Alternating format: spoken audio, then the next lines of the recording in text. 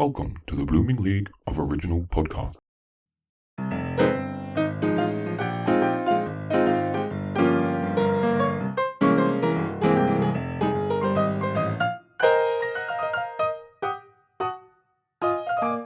Hello and welcome to Talk Musicals to Me, a new theatre podcast about musicals and their impact on people. My name is Caroline Sheen and I'm here to quiz some of the leading creatives in the entertainment industry about their relationship with musical theatre and how certain musicals may have influenced their lives in ways you may not even expect.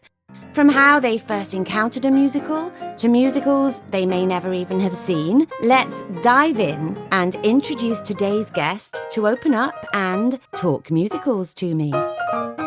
Talking musicals to me today is the legendary Gary Wilmot. I first met Gary back in the early 2000s, I'm not going to give a specific date, in our fabulous production that we did of Chitty Chitty Bang Bang at the London Palladium, where Gary played Caractacus Potts and I was the absolutely aptly monikered Truly Scrumptious, I'll have you know. It was wonderful for me to work with Gary because he was a sort of stalwart on television when I was growing up, from programmes like Copycats, which he was this fabulous comic and impersonator, to then when I was studying musical theatre, he was in this fantastic show. He hosted this wonderful show called Showstoppers, which introduced the British public to fantastic pieces of musical theatre that they may not have actually known about or watched before. And he had special guests on every night. And for somebody who was studying musical theatre at the time, it was just wonderful to see all these fabulous people singing great songs that I hadn't heard. And I would then go and discover. It was a fabulous introduction to some really great musicals. So I'm really excited to talk to him today. His career has taken him from Bill Snibson in Me and My Girl to just being the most incredible pantomime dame at the London Palladium, where he wrote and composed his own songs for it, and they were always one of the highlights of the show. Gary, thank you for coming on and talking musicals to me today. Oh, that's my pleasure. I didn't realise I'd done so much. Been a busy boy. I have. I mean, to kick off with Showstoppers. Did you do like 2 or 3 series of that? I think I'd done 3 musicals then, but it was pretty clear that I was going to be in musical theatre for a little while. I finally found something that everyone else thought I was good at, so I carried on doing it. Kevin Bishop, the producer, director, approached me and said, I've got 2 days in the studio and the BBC concert orchestra of 65 musicians. Can you come up with an idea? And so we came up with Showstoppers. And the only criteria for being on it, as far as our guests were concerned, was that they had to sing a song from a musical. Now, it didn't need to be a musical that everybody knew. It could have been a musical that opened and closed, but just had one fantastic song. I think there was a song called Great Day that somebody sang, which was from a little-known musical, but Judy Garland starred in it. And that song was the only song that people remembered. Musicals that hadn't been mounted yet. Cliff Richard was about to do Heathcliff. I think that's what it was called. And the show was still in production, so there'd never been a production of it. So he came on, David Essex was on. One of the highlights was Cy Coleman coming over, and we did a whole show really about Cy Coleman. But in answer to your question, there was only one series. There was a pilot, and that was so successful, a series of 6 was commissioned. So there are only 7 episodes in all, but they were an hour long, and each one of them is full of wonderful brilliantness. I think that's what it must be then. Just the amount of stuff you packed into that series made it feel like there was so much more in it. It was fabulous. And you had your own kind of ensemble behind you, didn't you? And so you would do some songs and then introduce these fabulous people to come on and do their sort of star turn. Yeah, a great bunch of people. There were 4, Maurice Clark, Rhea Jones, forgive me if I miss someone out, Sarah Payne, and now the late Paul Gingell. And I was kind of hosting on the pilot. We just did little medleys of songs. And the great Mike Reid was on the stick and sorting out the arrangements. And Gillian Gregory choreographing it. They were just people at the top of their game. And we did that one. As I said, it was so successful. When we came back, we actually had 4 more kind of ensemble, really featured ensemble. And we did some really incredible stuff. But when we went back, this is an really interesting thing. When we went back to and said, can we do another series? This has been successful. He said, we won't be doing another series because there are cheaper ways of making an hour of television. And so we never got to do it again. Wow. Yeah. So, which was such a shame. It was so diverse. The people that came on, you had Elaine Page and Barbara Dixon, but also you had people like Dennis Waterman came on and sang a song. Tom Conti came on and we did a duet. The LaBelle sisters, pianists, who played a medley of West Side Story stuff. And it's just so diverse with the people that came on there. And it was really good for musical theatre. Am I imagining this? Did Sarah Lancashire come on? Was she on there? We did a piece from Me and My Girl. Yeah, she played Lady Jacqueline Carstairs. And we did the duet, the like sofa number. Yeah, and Cy Coleman came over from the States to be on it. Cliff Richard, as I said, they were kind of queuing up to be on this thing. Television today it seems to be prime time, that they find people that are really good at one particular thing and give them something that they're really rubbish at doing, like cooking or skating or dancing. Yeah. But the great thing about Showstoppers, it showed people doing what they did best and was really thoroughly entertaining. I'd love to be given the opportunity to do that kind of show on television. And here's a really interesting fact that we realised at the time. Individually, more people go to musical theatre every week than go to football matches in this country. Wow. Now, that's an incredible statistic, isn't it? Yeah. If you've got a ground that holds 40,000 people, pretty much the same 40,000 people go. But across the country, there are 8 shows a week. And each show is bringing, maybe about 1,200, 2,000 in every theatre. So it's by a country mile, but that's not reflected on television, sadly enough. And it's not reflected in people's wages. Well, no, it's certainly not. Well, that's another thing. That's something that we could talk about forever. A couple of old friends of mine, their son was at college for musical theatre, and they said he was unsure. He got a great voice, a really good actor, but he was unsure as to whether to become a performer or a producer. And I remembered an old adage, and I can't remember who told me this, and it might help his decision, make his mind up for him. If you go into the home of a successful performer, particularly in musical theatre, on the walls you'll see photographs in frames of the people that they've worked with, famous people. You'll see posters of shows that they've been in. If you go into the home of a successful producer, in those frames you'll see Picassos and Rembrandts. That sums it up for me. That's really true. That's so true. We've got a stagey loo here with all our pictures in. Yeah, absolutely, yes. Yeah, and none of them are by Picasso.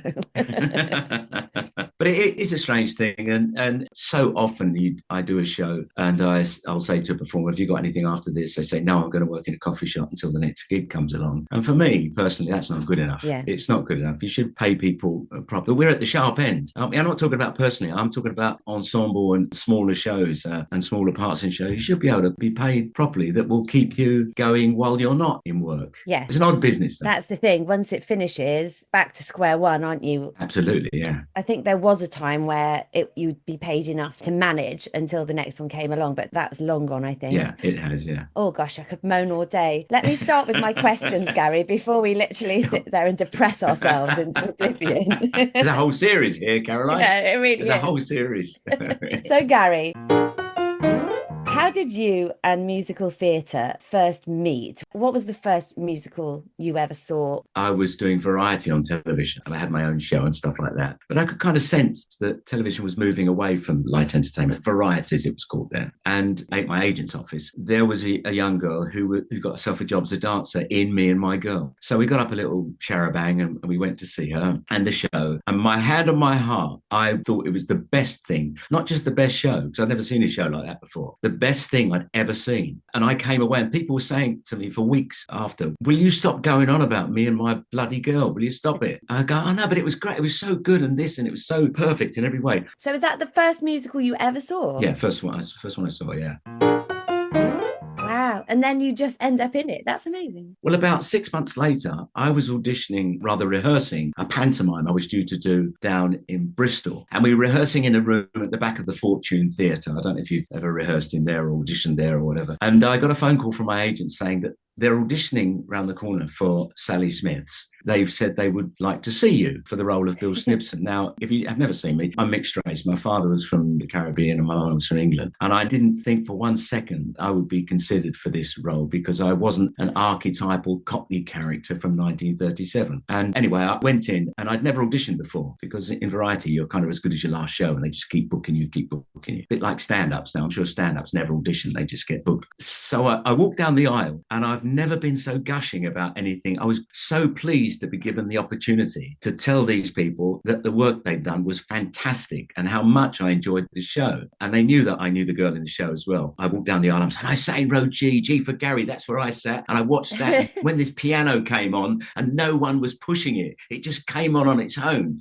I've never seen anything like. And then this big house came forward and twisted round. And I was really gushing, all the things that you should never do at an audition. But it seemed to work. And I came out of there whistling, thinking, I'm so pleased I got the opportunity of telling them that. And then 2 days later, they phoned up and said, would you like to come in and audition properly for the producer with regard to doing the show? So still not sure. I went in, and then the next day, I don't even think it was the next day, I think that afternoon, they said, would you like this role? And I went, I'd love it. I'd absolutely love it. I was terrified. I'd never done anything like that before. Well, weirdly enough, in Variety, I did loads of sketches. I sang loads. I did loads of routines with singers and dancers. And really, Me and My Girl being a book musical and no great big ballady songs, you know, like Les Mis and Saigon and all that stuff. It was basically up there having fun. And so I saw the scenes as sketches and the songs just like the kind of songs I used to sing. And it proved to be a major thing in my life that I thought, yes, this is what I want to do. And it needs somebody with comedy chops. There's all those fabulous sort of routines in the library with the cloak and the crown and everything. It needs somebody who knows how to entertain. Well, I was, up until I did it, they're all actors and all really good actors. In fact, and a fellow who now is a dear friend, Rob Lindsay, kicked it all off. And when I first met Rob, the first thing I said to him was, thank you so much for giving us, you and Mike Ockrent, the director of Me and My Girl, giving us all that lovely business to embrace. But I was the first person from Variety to do that show. And it was originally written for a man called Lupino Lane, who was a variety performer, an acrobat and comedian. And whilst the production I was about to embark upon was a modern production, it still retained all of that variety element to it. And it was fantastic. And I was so pleased that I got one of my dear friends, my best mate, Jessica Martin, on stage with me. We'd met on Copycats. In fact, we met just before Copycats. And so she was coming in as well. And so we supported one another through this incredible journey that after over 1,100 shows, you know, I was still reluctant to leave because it was so good, so much fun. I bet. It is one of those shows that stands up to time as well, doesn't it? I think that they did rewrite it a bit, didn't they, for that production from the original, obviously, in the early days. Yeah, it was Stephen Fry. Oh, wow. Yeah, they brought Stephen Fry in to revise the script because there were references. They do with even the shows like Anything Goes and shows from that period. They'll say, oh, that doesn't mean anything anymore. Let's lose that or let's replace it. And this was a show written in 1937. So there were local references, a bit like pantomime, really, where they reference the king or the queen or a politician of the day. And so Stephen Fry was brought in to change that and to alter that and make sense of it. And he did a brilliant job as well. And so, yeah, it still retained that variety. And Mike Ockrent was just the most amazing director. He was the man who was the very first director of Educating Rita. Really knew what he was doing and great fun to work with. When I went into the show, it was about 4 or 5 years old, and I went in and I was suggesting some ideas as is my want. And he was going, yeah, let's try that. Rather than saying these days, no, you come on, you stand on 3, you sing your song, you walk to 5, and back then it was so organic. It's a bit of an odd word to use. Yeah. But it was fantastic and very thrilling, and he made you feel like the whole show was your invention. It's incredible. The weird thing is, I was a messenger for Lonsdale Sports, and my bus from one branch to another went past it. And when I saw the Lambeth Walk musical go up, I just thought, oh, here we go, just an excuse for a bunch of London songs to go into a show. And I never thought of going to see it or anything. But my secondary school, was actually in the Lambeth Walk. Wow. The Lambeth Walk does exist. It was a market, not so much now, then kind of knocked most of it down. But the school was there. And so I walked up and down the Lambeth Walk pretty much every lunchtime as a 12, 13 and 14-year-old. So if I wasn't Bill Snibson, I certainly knew hundreds of Bill Snibsons. I don't think I realised the Lambeth Walk was a place. I thought it was a walk you did. Yeah. I thought it was that. I thought it was a dance move, but it's actually a place. Yeah, that was the idea. That it was called the Lambeth Walk, and it was a market road. Some great photographs, and Lupino Lane opening up a pub or something there as well. It's a film of that. But yeah, it was called the Lambeth Walk. Noel Gay, the writer of the music, said, wouldn't that be a good idea to use for a song? Well, that's brilliant. Every day's a school day, Gary. Yeah, it was an odd one, really, because the show was written and was on with Lupino Lane, and they needed something to help boost people's morale. And there was no big number in the show. And they decided to put the Lambeth Walk on radio for everybody. I don't quite know how they would do that and whether there's any copies of it, because because it's quite a visual show, but they wanted a big number for everyone to do. So they wrote the Lambeth Walk for the radio show. And then when it was so successful, put it in the show. And so it stayed in the show. I love how sometimes because you need to do something brilliant is done. And it's that kind of the opening of Funny Thing Happened on the Way to the Forum. They needed to tell the audience it was funny. So they wrote Comedy Tonight. I think under that stress and under that pressure, sometimes really exciting works like that are made, aren't they? It's really fun. You must have been in a rehearsal room when you hit upon something all of a sudden, particularly with a new thing or a workshop, and it changes the whole feel of the piece. Just one little idea and everyone gets excited by it. I've seen them work and I've seen them not work. Yeah. It's an either or situation. Yeah, it's great to be part of that kind of process. And when it does work, oh my God, it's just a glorious feeling.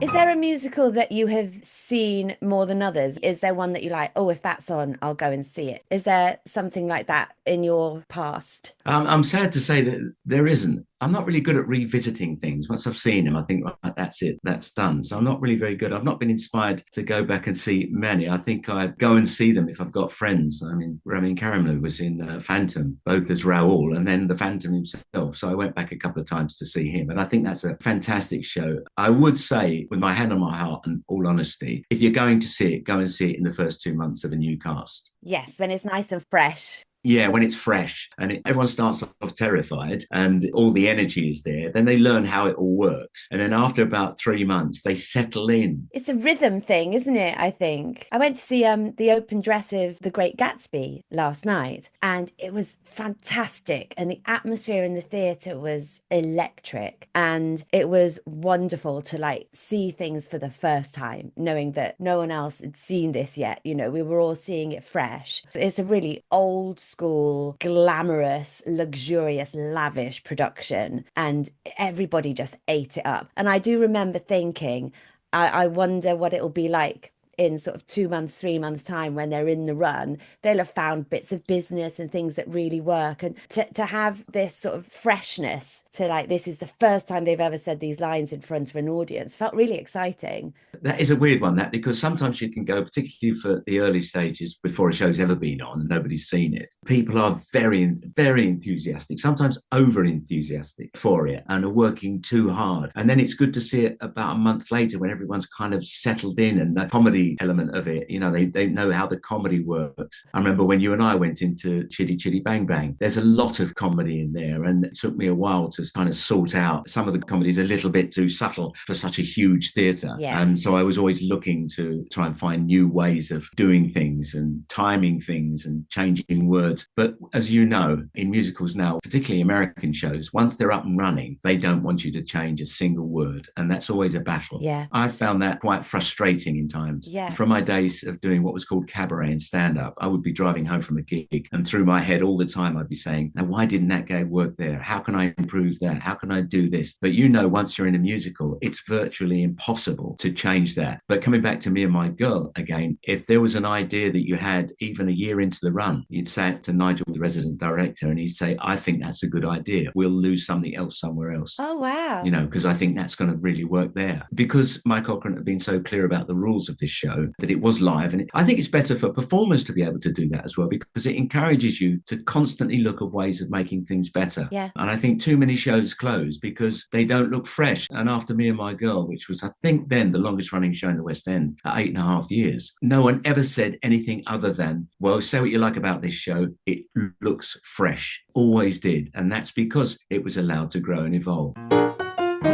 The next question is, which show has made you laugh the most and which one's made you cry the most? Is the comedy one Me and My Girl? Is there something else that's made you laugh just as much as that? Well, Me and My Girl, I'm sorry to keep going on about this, but it was such an influence on my life and career. Yeah. It was certainly the funniest, without doubt. Like Anything Goes and other musicals like that and Guys and Dolls, they kind of have a thread of humour running through them. But Me and My Girl was laugh out loud funny. I mean, really funny. It's as good as any comedy I'd ever seen. scene, and audiences loved it for that. You know, you can't go on tour and play for a month or 5 weeks in Manchester and be packed out every night. But the problem is, with that being the first one, I was continually looking for another show like that one, but there was never going to be a show that fitted me like a glove, like that one did. And so over the years, I got a little bit more and more despondent. And of course, like for me, a male, you turn out, they go, we want you to play the handsome lead, and you go on and you sing your songs. And a few years later, you get the call saying, can you play the dad? And you go, oh, okay, all right, perhaps those handsome lead days are over. And then they're saying,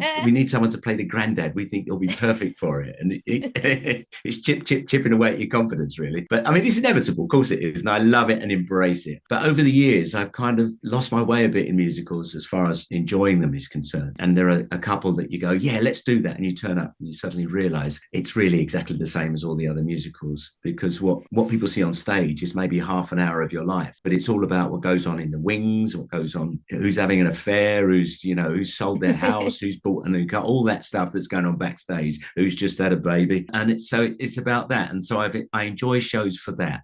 I still enjoy being on stage. And I was getting very despondent. But then along came, talk about crying, Flowers for Mrs. Harris about 5-6 years ago down in Chichester. Yeah. And it absolutely restored my faith in musical theatre. Daniel Evans, the director, and was just superb on it. And Claire Burt, who played Mrs. Harris, everybody in that company was just amazing, absolutely amazing. Couldn't fault it. I'll tell you how good they were. I was the worst thing in it. That's how good everyone was. It was a joy, and so much so that when lockdown came, and unfortunately the man who wrote it, his mother passed away, but she left him a little bit of money. So he decided to record the album. So he asked everybody concerned if they would go down, and Daniel gave us the theatre. It was all black. We put screens up and everything for everybody. The protocol for COVID was adhered to. Every single person said yes. All of the musicians, they were all there. Stage crew, everybody there wanted to help and to get this recording done. And that's passion for you. Yeah. I see passion for the musical life. Yes. I see passion for let's go to the Olivier's and get dolled up and all that. I see that kind of passion. But for the actual work itself, I don't see that kind of, it's a different kind of passion, isn't it? And desire to get things technically correct. It's rarer, isn't it? Yeah. Because it's not a commercial passion, is it? It's not a desire to put bums on seats. You put on a show, I think with something like Flowers for Mrs. Harris. I didn't see it in Chichester. I went to Sheffield to see it in its first incarnation. Yeah. It's fabulous. I actually did some of the early workshops for it. Oh, did you? Yeah. And Claire was involved in those. And there's that one song where she sees the dress for the first time. And obviously Claire Burt singing that beautiful Richard Taylor song. I got goosebumps thinking about it. It was magical. And I was like, there's really something here. But I think sometimes, like with Sondheim stuff, it's not a commercial piece, but everybody does it because it's such an artistic piece, and they do it for the passion and because it's something that speaks to the heart, isn't it? Yeah, I've got my own views about Stephen Sondheim. I think he was absolutely unique. It was a joy to be part of the show Cameron put on a couple of years ago, Old Friends. It was a real joy. Oh, yeah. It was a real memorable night in theatre. But I've always said of Stephen Sondheim, and maybe you've hit the nail on the head there now, because it's not commercial. They're great songs to sing, and I've sung a few over the years. They're fantastic songs to sing. But when I go to the theatre and I've paid my £7,000 for my ticket, I want the whole story. I want the feeling, the whole thing there and then in that 2 hours. And it's nice to get it when you're listening to the radio a year later and you go, oh, that's a nice song. Oh, I like that. I like that very much. Just happens to be the one from the show you saw 2 years ago or a year ago. Yeah. I come out of a Sondheim show a little bit confused sometimes. And it's only when you really seriously get to know the shows that you realise how phenomenal, how brilliant they are. Yeah. You have to go deep, don't you, with some of his stuff. It's a joy to do that, to investigate it, because it is so dense and intricate. I did a show called The Goodbye Girl, and Marvin Hamlish was in the rehearsal room and writing songs and being his brilliant self. He and I went to a publicity thing, and in the cab on the way back, we were chatting about all sorts of things. Stephen Sondheim's name came up, and I said, why is it he's not the success here that he is in America? I mean, here he opens for a season. Everyone goes to see it that wants to see it, and that's it. And he said, it's the same in America. He'll open a show on Broadway or off Broadway, wherever it is. It will run for maybe 4 to 6 months, and then it will close again. But he said the man's a genius. Yeah. I wonder if we'll know about it in like 100 years or something. Yeah, he's pushing the envelope all the the time. Yeah. In the same way, these two really cracked it as Kander and Ebb. They took the darkest of subjects and made them light and enjoyable for 1,200, 2,000 seat theatres. Things like Chicago, Kiss of the Spider Woman, which is basically about a rebel soldier and a gay man sharing a prison cell. That's the story. That's it. But they were brave enough to write a musical around it. They, for me, really cracked it. And I think of all the composers, they're the ones that gave performers a chance to not just sing, but to act, to perform songs, not necessarily have the greatest voice in the world, but to be given the opportunity in the same way as Louis Armstrong and people like that sang, not the great voices of the world, and Jimmy Durante, and my God, they could sell a song. It's hard to think of it now, particularly younger people in musical theatre, but it's hard to think that there was a time on stage when singers sang and dancers danced. It's only very rare, like Sid Charisse and people like that did both. Singers sang, and then musical theatre like South Pacific, where you got all these blokes dancing around. None of them actually, whilst their lips are moving, they weren't doing the singing. Yeah. That was all done in studios way before, and they were just miming it because they were dancers. There was a dancing ensemble and a singing ensemble, wasn't there? Absolutely, absolutely. But now it's the quadruple, or what's the next one up from quadruple threat? Quintuple. They've got everything now.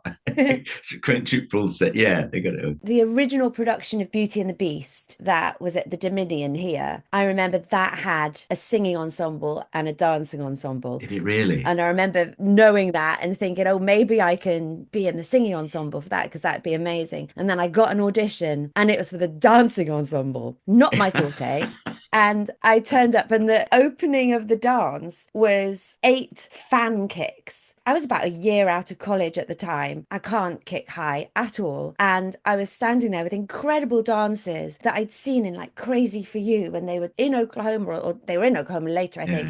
But, wonderful, wonderful West End, top of their tree dancers. And I was doing the 8 fan kicks next to them all. And then the end move was you ended up in the splits. And I think now I would just very quietly go up to somebody and go, I can't do this. This isn't for me. But I gave it a go and I just surprisingly didn't get in. Because that production was Julia Lana Brighton, wasn't it? So did you ever go up for that, for the lead, for the Beauty? I never did.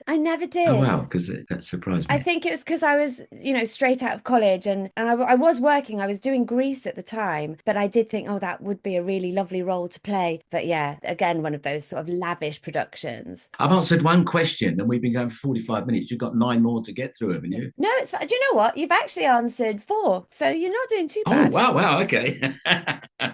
So no, we're doing well, Gary. Oh, we're doing all right. Okay, right, let's keep going.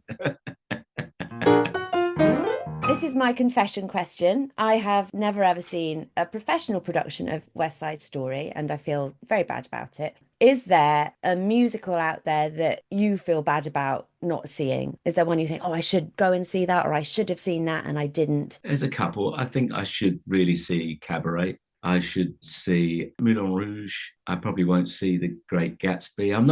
I like much more intimate stuff. I saw Assassins years ago, Stephen Sondheim. I thought it was a really interesting thing and never got it when I was talking about it earlier on. I never really got it until I went deeper into it and said, oh, this is really clever and very, very different. And anything that moves away from that expected, in the same way as what Flowers for Mrs. Harris did, it was very different from any musical around at that time. There's actually a show that I would love to see when I was doing Copacabana at the Prince of Wales Theatre, because we were on for a year and I've always got itchy feet. I asked the cast if they wanted to do a little performance, or some of the cast if they want to do a little kind of workshop stroke performance of a thing called Lucky Stiff by Lynn Ahrens and Stephen Flaherty. Oh, yeah. And we did it one afternoon and everyone was saying, oh, why isn't this show done? Now, I did see it at their Bridewell. They did a production there. It's a show that needs to be done a little bit bigger than they could cope with. I enjoyed it. It was great to see it. Some great, really funny songs in it. But it's one that's never done. Yeah. So that's one I would love to do, direct, see. It gives people a chance to act, not just sing, but to act the songs as well. Yeah. I used to love going to see things at the Bridewell. I know it still does things, but it's not like they used to do their own productions, didn't they? And I think things just get hired in there now, because it's, for those who are listening who don't know, it's in Blackfriars in London, which is sort of out of the West End. And it's this tiny theatre that used to be a Victorian swimming pool. And I just love going in there and sort of imagining the life that that building had before it was a theatre, and yet it's still used for like leisure and recreation in a slightly different way. Yeah. Fascinating building, I think. Have you ever done anything there? No, I never have. I saw in Promenade Sweeney Todd. Ooh. I saw there, but there were too many people there. So one minute you were at the front, next minute you were at the back and couldn't see anything because they move around the building. Hey, you know who I think was in that Sweeney Todd? Diane Pilkington. Oh, was she really? I know Jessica Martin was in it. Yeah. I know she was in it. Oh, wow. I think she was the beggar woman or Joanna. I can't remember which part she played. But yeah, Diane did that at the Bridewell quite soon after leaving college. I Oh, think. wow. Yeah. She's special. Yeah, she's really special, yeah. But yeah, it's funny we take swimming pools, isn't it? Because the rehearsal rooms over at Fulham, the dance attic, is it called? Yeah. Is that an old swimming pool as well? Yeah, there were lots of them because they were in the days when the likes of you and I wouldn't have had our own indoor bathrooms. So once a week we'd pay a penny and we'd go down to these. They were baths, not just a swimming pool. That was just a kind of a sideline swimming Bath pool. houses. But they were baths. Yeah, they were bath houses. And so people would go to them. I used to swim in one in Nine Elms, roughly where the American Embassy is now. That was my local swimming baths. And they had these baths and you got a bar of soap and you paid your penny and you got a towel and you washed. Wow. And so with our industry's taking over the swimming pool industry. It's rather that than them taking over us, I suppose, I guess. Absolutely, yeah. Gary, let's just take a quick break before we come back for the second half of the show. G'day listeners, another show you can find on the Bloop Network is Thrash and Treasure, where legendary artists from Broadway, West End, Hollywood and beyond deep dive into two seemingly opposite genres of music, heavy metal and musical theatre. From Tony winners to reality TV contestants, hear a vast range of iconic guests, learn about genres of music they've never been exposed to. With over 130 episodes, there's bound to be a silly, sassy and insightful conversation that'll have you reaching for the leather pants and hairspray. And here is a sneak peek.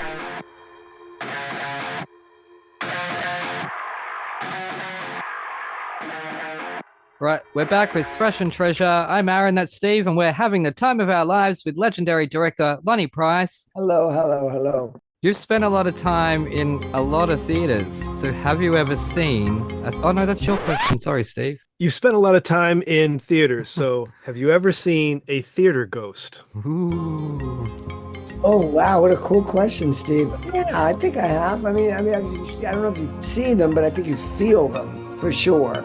Yeah, I think that certain theaters have a kind of mystical kind of quality. I do. I think almost all theaters have ghosts. I do. Very cool. No stories of walking in and sort of something falling off or... Oh, you mean like sandbags falling on people's heads and stuff like that? anything. No one needs to get hurt, but if they do, bonus points. Yeah. I think sometimes there's air that seems to circulate from nowhere. There's like a breeze or something, or power goes out or dims for a second. I don't know. I think that there's, you can attribute all of that to the ghosts and dressing rooms seem to have quite even a higher vibration of them because of where I think people sort of spend their time haunting rather than on the boards, as they say. So the power can go out at the Pantages for a full week as they have to reset the whole building. There you go. As a kid, you remember. Yeah, really, we lost many days. Yeah, that was weird. I don't think those were ghosts, though, Steve. So. Yeah. Now, speaking of ghosts, that's a great segue. You also worked with those most legendary of divas, Johnny and Baby, because you were part of one of the biggest films of the 80s and possibly the best-selling soundtrack of all time, apart from maybe Grease and The Bodyguard. They might compete. But, of course, I'm talking about Dirty Dancing. So, in your estimation, when listening to the soundtrack, how many babies have been conceived to it? What a great question. Probably millions. I don't know, a lot. It's such a popular movie. I don't know. It's very possible that a whole generation has been conceived listening to that album. And that's a great question. It's certainly, when I die, they'll say he was the guy in Dirty Dancing, no matter what else I'll ever achieve in my life. But that's okay. Again, it gave, enormous pleasure to so many people and still does 37 years later. It's just kind of crazy. Yeah. Steve mentioned that you're working on sort of redeveloping the stage version. I am, yeah, which started in Australia. Yes, sorry about that. Please don't. Why? Why are you sorry about that? Oh, you saw it. No, I'm kidding. No, actually, I haven't. That's yeah. I just know it's a jukebox musical. That's all. So, but you've got the the most iconic soundtrack ever. Why wouldn't you? That's why I'm torn. I think people would miss the music that if we didn't use it. Yes. That said, we'll have some additional songs in the show written by, I can't tell you who, but someone very exciting Yep. who's writing new songs for us. Yep. Is it Lin-Manuel Miranda? It is definitely not Lin-Manuel sorry, Miranda. Now I'm trying to picture Miranda songs in, was it 1950s? 63 is where it takes place. Yeah. 63. All right. All right, well, we'll move on to the musical now, and I picked "Merrily We Roll Along." I'll do the thing. So, Steve, I'm so sorry if Reed never gets another job in the industry again. Anyway, we're gonna get into it. Thank you for coming on my show, Lonnie. It is truly such an honor. Before "Merrily Rolling Along," I already knew of its fabled history. Welcome back to the second part of Talk Musicals to Me. Talking musicals to me today is Gary Wilmot, and I'm having a fabulous time talking to you, Gary. I love that you just mentioned one of my favorite musicals previously, Assassins, and how you do have to go on a bit of a deep dive. I did Assassins in youth theatre and went on that deep dive in rehearsals. It's one of my top 3 favorite shows, if not the top. Is there a musical that you would put on the school curriculum? If you were like running schools or running a school, what musical would you ask kids to go on a deep dive with? Showboat maybe would be an interesting one. Yeah. So that might be quite nice. Have I seen it? Yes, I think I did see it. I saw it on Broadway. Oh, wow. And it's a really interesting, deep kind of story, really, racial story. West Side Story has to be up there because of its connections with Romeo and Juliet and Shakespeare and stuff. Yeah. When you talked about Flowers for Mrs. Harris, which is, again, beautiful, beautiful story, you say it reignited your love affair with musical theatre. Was there any particular show or any particular style of something that made you lose that love? Yeah, absolutely. There are a couple of shows like that. I won't name it, them, or performers. What generally happens is, this might be big-headed, I've never said it before, but I felt I was growing as a performer because, as I said earlier on, I'm the kind of guy who's continually looking at bettering what I'm doing. And so I was growing, but the kind of jobs I was being offered weren't. They were going, oh, Gary would be good in that role. Gary would be good in this role. And I was turning up and discovering I was just doing the same thing as I was doing in the last 3 or 4 shows. And so I wasn't being able to explore, being offered, I can't remember the character's name now, but in Anything Goes, Uncle something, isn't he? I can't even remember. And it was great. It was a nice role with Felicity Kendall and Rob Lindsay and Sutton Foster, of course. But at the end of it, I just went, oh, that's just the same as I've been doing for ages and ages. And I'm just going to bide my time now. And I'm lucky enough, I'm not a rich man, but I'm quite happy to sit back and wait for things to come along that I really want to do and that I think will be inspiring. And I started looking at my work slightly differently and almost was on the verge of retirement and saying, I don't know how I'm going to get myself out of this. I might just try and write and direct and not perform at all. And Flowers for Mrs. Harris inspired me, re-inspired me, because it was all the things that I'd been missing. I've always thought of myself as a giver on stage.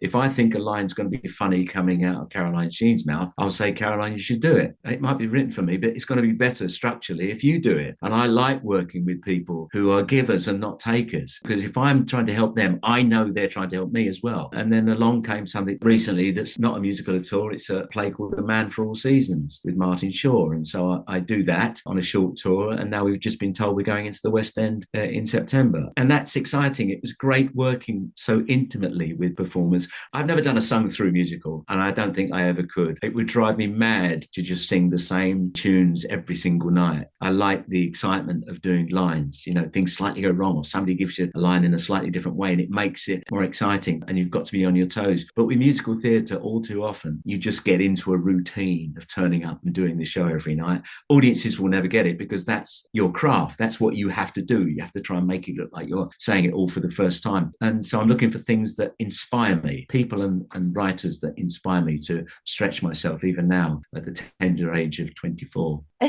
that's a very tender age. I recently was working on Plaza Suite, Neil Simon's play, and he wrote The Goodbye Girl, I believe. Yeah, he did, yeah. How was that? Because I found his dialogue really rhythmic and funny, but very particular. What was your experience like doing that? It feels very specific, his work. Yeah, hadn't done that much, if any, Neil Simon stuff, but I did enjoy watching it. Well, I'll describe it as a New York Jewishness about it, sarcastic and very quick-witted and sharp. Not jokes, but commenting on things. Yeah. And I learned so much. He's not looking for the next joke. He's looking for the next thing to say that is funny, but progresses the plot, or compounds the character. And so I learned a lot. I would love to do it again, but as a director. Yeah. Oh, cool. Yeah, because it's something that I really feel I understand now. I think The Goodbye Girl was fraught with problems because it was on in America and it did okay. One of the stories I heard, it was Martin Short and Bernadette Peters. And Martin Short went on television and said, I've never been so unhappy in a show in my life. And him and Bernadette Peters did not get on at all. They really were like from different areas of the world of show business and didn't get on. I'm sure there's film of that somewhere. I'm sure I must have seen film of him on that interview saying he wasn't happy. And when he came to England, a lot of the songs were taken out. And I could never understand at the time why. There is the most brilliant song written by Marvin Hamlish and David Zippel, a brilliant lyricist, David Zippel. And it's the song that sets the whole thing up at the beginning. But for some reason, the powers that be said, we don't want that song in there. Now, I don't know if there was some sort of politics going on, but I know the show wasn't any better for this song. In fact, it was a lot worse for this song to be taken out. A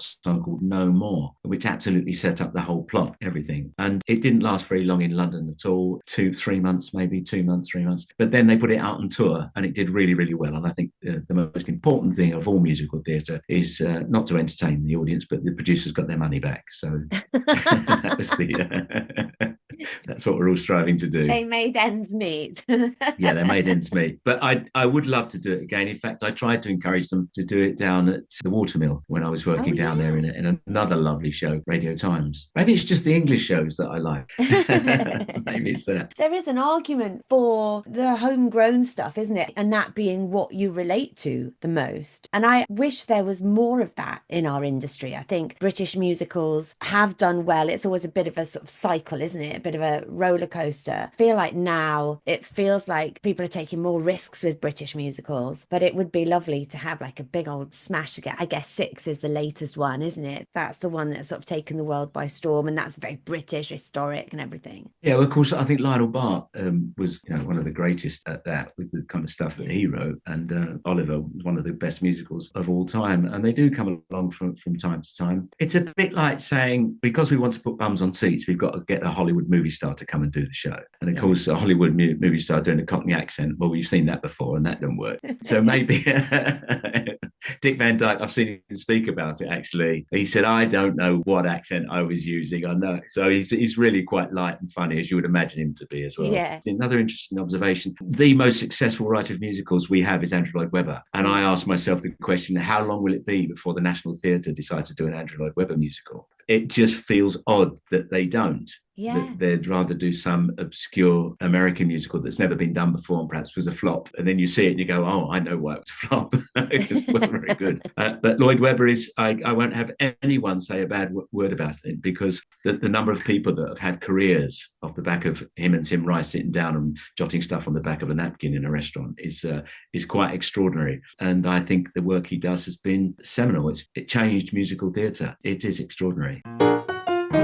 I'm going to say apart from Me and My Girl. So I'm guessing that's probably the one. Is there a musical you remember watching and coming out and seeing life differently, or making a different choice with your life, or feeling changed in some way? Is that what musicals do? I suppose they can do that. Yeah, of course, every show I've ever been in has changed my thinking about the way I go about my business, whether it was a good show or a bad show. And I've done a few bad shows as well. You go, I won't do that again, But I was always a person to, even in my days of working the working men's clubs and social clubs of Britain, I would sneak through the peek through the curtains rather, and look at act. And I found I learned more from the bad ones than I did from the good ones. The good ones I was enjoying, but the bad ones I was analysing technique, things like how they took the microphone out of the stand, the gaps, the number of people that I saw work with in those days, would go out and sing 6 or 7 songs in a row and have no introduction, verbal introduction, haven't given it any thought. They'd say, here's one of my favourites after every single song. Here's a favourite, I hope it's one of yours. Or they go, it's the question asking that really used to drive me mad. Do you like Elvis Presley? Yeah, here we go, we're Blue Suede Shoes. It was all that stuff. And I thought, I'm not going to do that. Yeah. Do you like the Carpenters? Yes, well, here we go.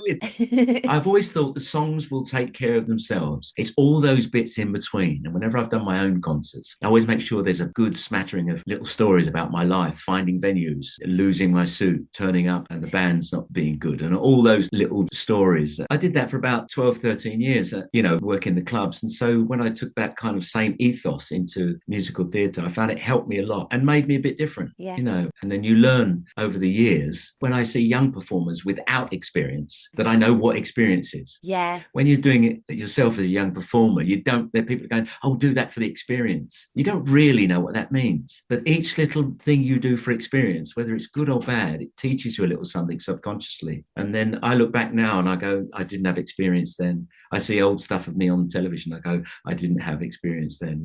That's really not good enough. So yeah, I'd like to start passing some of that on to younger performers, really. The idea of keep looking at yourself. I found that really interesting, actually, because when I worked with you on Shitty, I had been in the show for, I think, 4 or 5 months with Michael Ball, and then you came in and took over. It became a different show because you were working on the comedy side of it and what you could bring to it. It was really exciting. Like you say, you get in the show, you've done it for 4 months, and you get in the rhythm. And it was lovely to then work with somebody new and fresh who brought in a totally different rhythm. And like you say, you were looking for the comedy every time. And I loved that. Every night felt quite different because you were playing around. And I felt like that gave me the license to play around as well. The energy was different, every night was a different energy. And I think that's actually really quite rare in musical theatre, definitely, especially in long running things. You do have to hit the same marks and be in the same light. There is a technique, isn't there, to keeping that fresh and keeping it fun and entertaining, and yet at the same time knowing that audience is seeing it for the first time and they want that experience as well. I think you're right, but it wasn't a case of changing words, changing choreography. It was about trying to keep that energy there. You're right. I mean, when I was doing Panto a couple of years ago, and Eddie Izzard came backstage, a man of immense experience. He came back and he said to me, wouldn't you like to be riffing like the other guys are riffing? Julian Clary and Paul Zerdin and Nigel Havers. Wouldn't you like to be doing that? And I didn't have the heart to say, they're not riffing. They do exactly the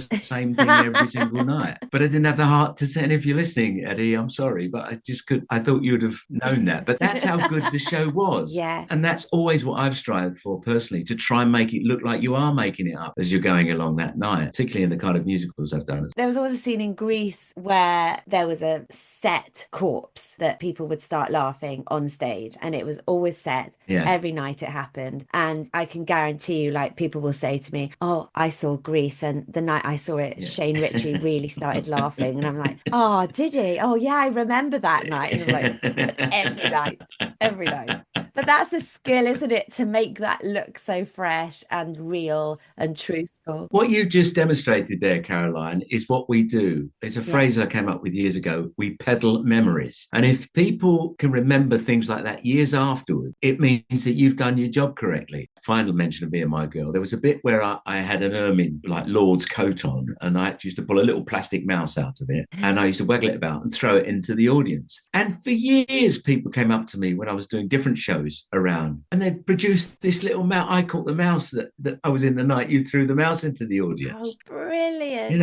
And they would show me the little grey, I can picture it so clearly, this little grey mouse that they got. There won't be the budget for that now. No, you'd have to wrap it on an elastic. You'd have to come back every night. Some poor usher in the interval going down, can we have the mouse back, please? Yeah. Oh, that's funny. How would you come closest to defining the secret of a good musical? But I've always said that first and foremost, before you write a musical or anything, it has to be a good yarn. And there are stories like Cinderella, which has been anything from a panto to an opera to a ballet, because it's a really good story. The elements of it really work. And I think it's got to be that. You can't do it all with smoke and mirrors. I was having lunch with the great Don Black not so long ago, and I said something to him that he kind of said, I've never heard that before. It was about the problem with musicals is they're all written by musicians. And he laughed and he said, I know exactly what you mean. With a song, you can write a great song. When you do it, the story is inherent in that piece of music, in that song. It's the general story arc that very often falls foul because it's not being considered as much as the dozen or so great songs that are in the piece. One of the lucky ones, of course, is Les Mis, where most of us go and we hear these amazing songs. It's not a bad song in the whole thing, but we forget that someone died in a previous scene, or their story arc doesn't get finished because, as you know, the show famously ran about 5-6 hours long when it first went on, and they had to cut it down. So what goes, not the music, but all the story goes. But that doesn't mean it's not a great evening out in a group. You know, you really feel the songs and the moments are just fantastic. But very often, songs written by musicians don't have such a great story arc as far as the general story is concerned. Now, maybe it doesn't need that. Maybe it's just me. I've been to many concerts and I've seen people sing songs. There's been no storyline. They just sing song after song after song because the emotion's all there. The difference between a musical, and this probably makes it a bit clearer, the difference between a musical and a play is a musical, you can play 3 notes on a piano and it tells your audience exactly how they're going to feel for the next 3 or 4 minutes while the song's being played. Yeah. But with a play, you have to go on and you have to create that feeling that you want your audience to feel. With the words or the actions or the acting. The music gives a shortcut, doesn't it? It absolutely. That's a great term. That's probably a good example of what I'm trying to say here. You can be more forgiving because we know the songs are going to be great, but the general story arc very often gets lost, or is not as clear as perhaps it should be. And I don't mean to do any injustice to people that have provided me with material over the years, the great songwriters, no. But, you know, that is a thing that intrigues me. And when I write stuff myself, I try to bear all that in mind. Yeah. I want, first and foremost, to do what we did in Me and My Girl and indeed Flowers for Mrs. Harris. You tell the story, because that's the most important thing. I've always said of lyrics and music, whilst it's a great marriage, a lyricist and a composer, I've always thought, personally, that the music is the underscore for the poetry of the lyrics. If you've got fantastic lyrics, then the song is going to be better. The composer will find it more inspiring. For me, it's always about the lyrics, sometimes about the music, but for me, it's about finding songs that I can sell personally, and I do that with words. Yeah, and you do that very cleverly with words, Gary. Oh, thank you. Because I've been to see you in the pantomimes, and for anyone who hasn't had the pleasure of seeing Gary as Dame in pantos, the London Palladium panto that you did for how many years were you doing them for? I did 7 years, I think, yeah. Because every time you would do a sort of set piece where it's your song and it's all very intricate, like you did one about the London Underground and there was one about song titles into a song. Yeah, that was producer Michael Harrison's idea, where you sing the last line. I'm not even sure if I'm going to remember any of them now, but you take the last word of a very famous song, but that's the first word of a completely different song. But yeah, that was one. I was lucky. I think I wrote 4 songs. One I repeated, the London Underground one, which you can see on YouTube, I think. Me standing in the middle of a field, walking my dog, and I just suddenly got the phone out and started singing the song. But it's a list of every single London Underground station set to the tune of the Can-Can. It was hard to write, but it was really difficult to learn because it was just literally a series of syllables. There's no storyline. It's not like the cat sat on the mat. It's not that. It's the cat dog microphone stand. It's a list, isn't it? Yeah, it's a list. And so I unfortunately made a rod for my own back because Michael said, can you do another one? So for this year. And so I did one, which was all of the stars that had appeared at the London Palladium. Did you include me and you there? I don't know if I did. I think I was in there. I can't remember. Just to give you an example, it was to the Gilbert and Sullivan song. To think of all the stars that trod the boards of the Palladium, this gilded, golden, magical, exquisite auditorium. So many of the greatest entertainers we have ever seen. Big stars from off the television theatre and the silver screen. There's Jimmy Tarbuck, Ginger Rogers, Buddy Holly, Buddy Rich. And it went on like that for about 3 or 4 minutes. And it was wonderful because it was live every night. There was no miming, nothing like that going on. And particularly with the London Underground station, in my life, I've sung some songs, as you've done, I know. And at the end of the song, you get a standing ovation. But I've never had one in the middle of a song before. Wow. And there was a little pause in the song and bang, they all applauded. And it worked very well because I just carried on after that, singing more stations. and I was only halfway through it. And Michael Ball came to see it and he came out afterwards and he said, I was looking over my shoulder because I could swear there was an auto cue at the back of the auditorium. That's brilliant. I said, no one can read that quickly. I always find whenever I've sung with an auto cue, it screws me up. I'm just like, no, I get totally lost. So our last question is, which musical feeds your soul? If you are feeling like uninspired, what musical would you put on to listen to? What musical would you go and see? Is there something that is guaranteed to just make your heart sing? Well, I think because it's so clever, the best musical I will put on will be Lucky Stiff, the soundtrack of Lucky Stiff, because it's got some great comedy stuff in there. It hasn't got sailing songs, but it's an interesting marriage of music and lyrics and really funny. Am I right right in thinking it's a story of somebody who has taken a corpse somewhere? What's the story of it? There's a wonderful opening number about a guy working in a shoe shop in London. The opening song is him singing about all the adventures that these shoes are going to have. You know, you're going to be walking down the promenade in Nice. You're going to be doing this. You're going to be doing. And his life is dull and mundane. And then he gets a telegram saying that an uncle he didn't even know he had has died and left him $6 million. It'd have to be $6 billion now. Yeah. With $6 million. It's like the $6 million man on television all those years ago. You can't even buy a house for $6 million now. It's established in his digs that he doesn't like dogs. There's 2 dogs the landlady has. And he goes to the solicitor's office and the solicitor says that there is a caveat. The caveat is that he has to take his dead uncle on the holiday of a life. And they wheel in his uncle who's kind of been bandaged up and he's in this wheelchair. Everything's been thought about. And if he doesn't do this, he doesn't get the money. But the money goes to the Universal Dog Home of Brooklyn. And he has to be at certain places at certain times. And it's a really funny story. And I know I said earlier on about the music very often is different to the story. The music of Lucky Stiff is told through all of the songs. It's a book musical, so there are scenes, some very funny scenes, but the songs, they really progress. Lynn Ahrens and Stephen Flaherty at their very best. Oh, I love that. Yeah. But I'd like to ask you a question. Go on. Who's the nicest person you've ever worked with? Oh, a guy called Gary Wilmot. In one.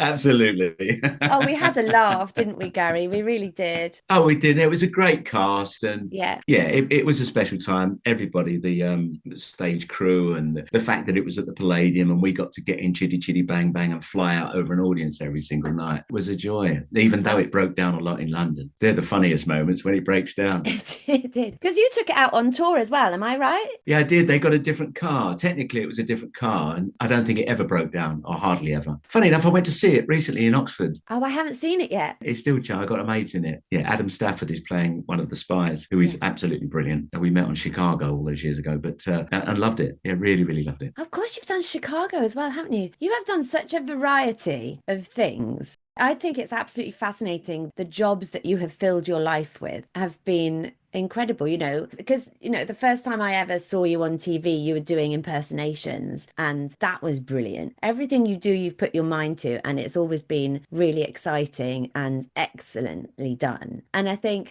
having that variety background, and then doing your life is variety, really, isn't it? You've ticked a lot of boxes. Yeah, I'm pleased to say that, and I'm happy with how it's all turned out. The thing is, I've never really had ambition, and I think that's been the great thing. You get to the crossroads and then you have to decide which road to take, rather than having a predetermined goal and be disappointed when you don't get there. It wasn't a conscious thing. That's just the way it's kind of worked out. Yeah, because A Man for All Seasons, that is a straight play. That's not massively comic, am I thinking? There's not a lot of comedy involved in... I'm in and out of it. It's a character called the Common Man that narrates and introduces a lot of the characters. So it allows me to develop a rapport with the audience. I don't make things up. I mean, the script is Robert Bolt's script. That's exactly what it is. But it does allow me to talk to the audience as well and explain what characters, who's just died, the chunks of the story, the real story that we leap over. And it's so brilliantly written, and Martin Shaw is a just extraordinary performance he gives. And again, it's one of those shows where there isn't a bad performer in it. They always say there's always one, and if there isn't, it's you.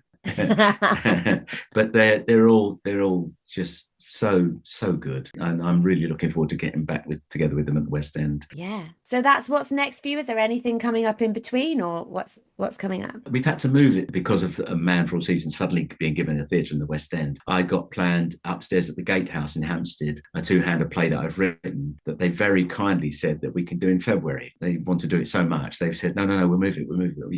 We can't move it along a few weeks, but we can put it on in February. So I shall be treading the boards again upstairs at the Gatehouse in a thing called While They Were Waiting. That will be very exciting. Well, thank you so much for coming on and talking musicals to me today, Gary. It's been absolutely fascinating. Always fascinating talking to you, and always incredibly entertaining. And thank you for finding the time. Well, I hope I haven't made too many enemies of directors and producers, and because I still want to work, still want to work. Yeah, always. Never stop. Never stop. Thanks ever so much, Gary. A pleasure. You take care.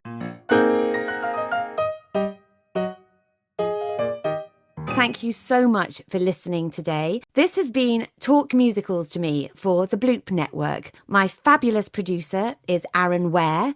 And the music you heard is from the pen of the sublime Tom Self. If you get a moment, please subscribe or follow and rate the podcast by clicking the stars below on the podcast page. It takes about 2 seconds to do, and it will really help the podcast and its future life and would make us massively, eternally, enormously grateful.